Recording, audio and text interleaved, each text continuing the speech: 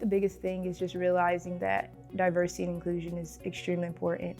And it can't be something that we simply just like check off like, oh, we have this, or like perfect, like we met this quota or something like that. But it has to be something that's like a part of our everyday lives, is like what we do on a day-to-day basis. I'm really glad I went because I finally understood the difference. The point of emphasis was the difference between diversity and inclusion, and I thought they were pretty much synonymous prior to this conference. And so not really realizing what inclusion was, and being an NCAA athlete and coming to the conclusion of my career, I thought it would have been appropriate to learn a little bit more and immerse myself in that culture.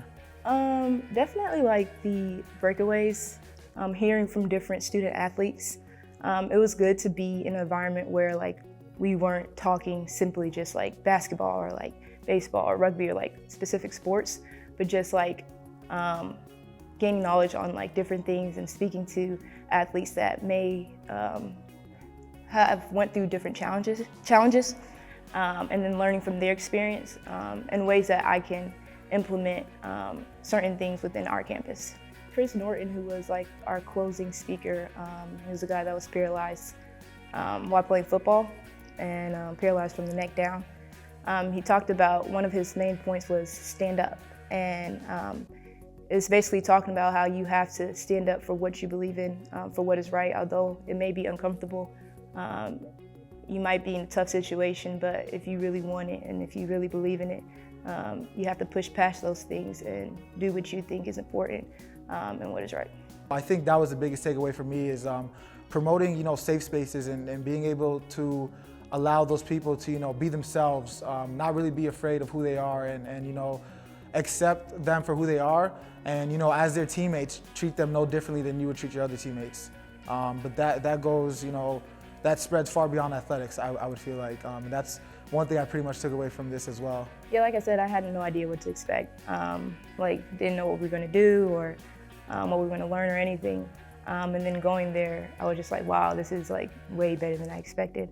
I learned a lot, gained a lot, definitely left better than I got there, so it was good. That was actually my second time attending the conference, but I think it's important to stay current on the topics that are affecting, collegiate athletics, and just seeing, what people around the country are doing, to see what the NCAA is doing, all from a diversity and inclusion standpoint. That's something that never really has, an end date. So it's always evolving, it's always moving. So I think it's important to just stay up to date with that kind of information.